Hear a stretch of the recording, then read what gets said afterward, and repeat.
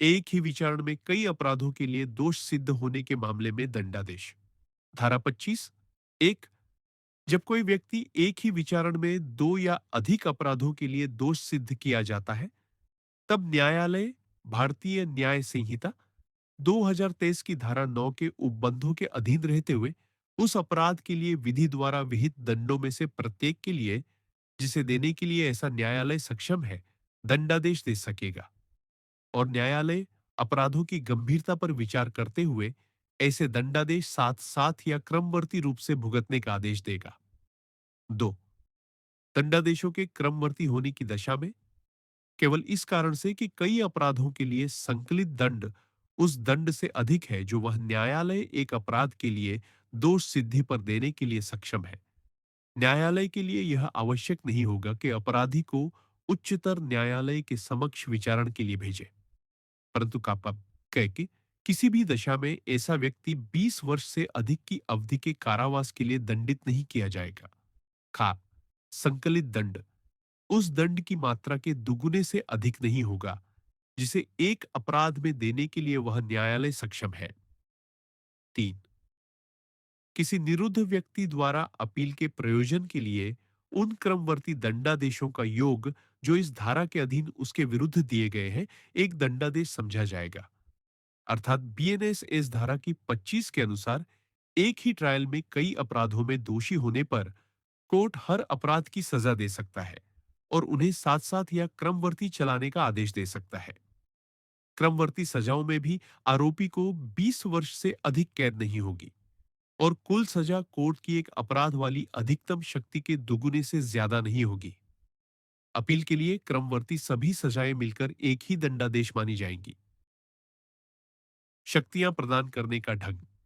धारा 26 एक, इस संहिता के अधीन शक्तियां प्रदान करने में यथास्थिति उच्च न्यायालय या राज्य सरकार आदेश द्वारा व्यक्तियों को विशिष्टता नाम से या उनके पद के आधार पर या पदाधिकारियों के वर्गों को साधारणतया उनके पदनाम अभियानों से शक्तियां दे सकेगी।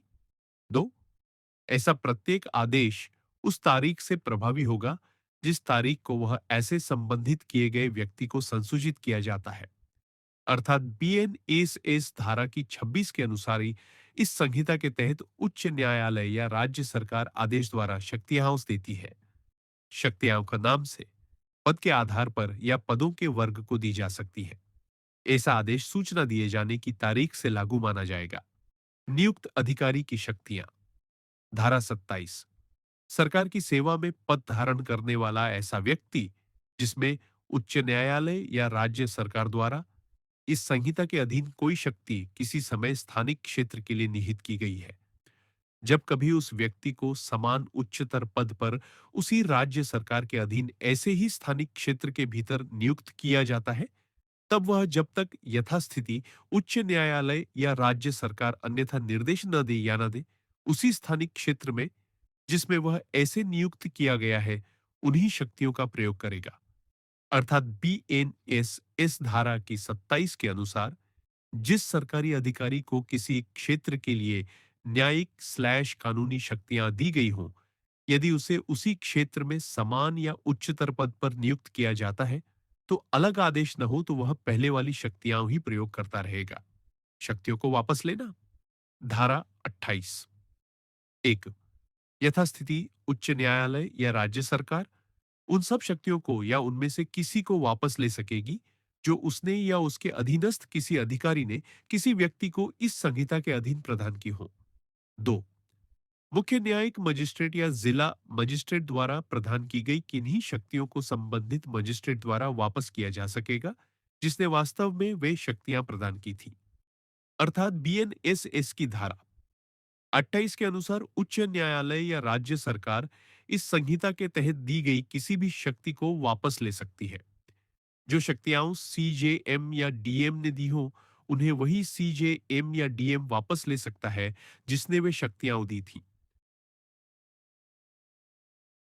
बीएनएसएस की धारा 29 एक, इस संहिता के अन्य उपबंधों के अधीन रहते हुए किसी न्यायाधीश या मजिस्ट्रेट की शक्तियों का प्रयोग और कर्तव्यों का पालन उसके पद उत्तरवर्ती द्वारा किया जा सकेगा।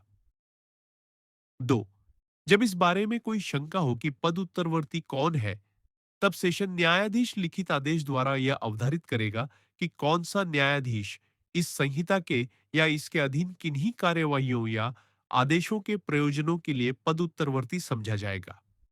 3, जब इस बारे में कोई शंका हो कि किसी मजिस्ट्रेट का पद उत्तरवर्ती कौन है, तब यथास्थिति मुख्य न्यायिक मजिस्ट्रेट या जिला मजिस्ट्रेट लिखित आदेश द्वारा यह अवधारित करेगा कि कौन सा मजिस्ट्रेट इस संहिता के या इसके अधीन किन्हीं कार्यवाहियों या आदेशों के प्रयोजनों के लिए ऐसे मजिस्ट्रेट का पद उत्तरवर्ती समझा जाएगा। अर्थात बीएनएसएस की धारा 29 के अनुसार किसी जज या मजिस्ट्रेट की शक्तियां और कर्तव्य उसका पद उत्तरवर्ती सक्सेसर निभा सकता है। जज के मामले में यदि पद उत्तरवर्ती पर शंका हो, तो सेशन जज लिखित आदेश से तय करेगा। मजिस्ट्रेट के मामले में यह निर्णय सीजेएम या डीएम लिखित आदेश से करेगा।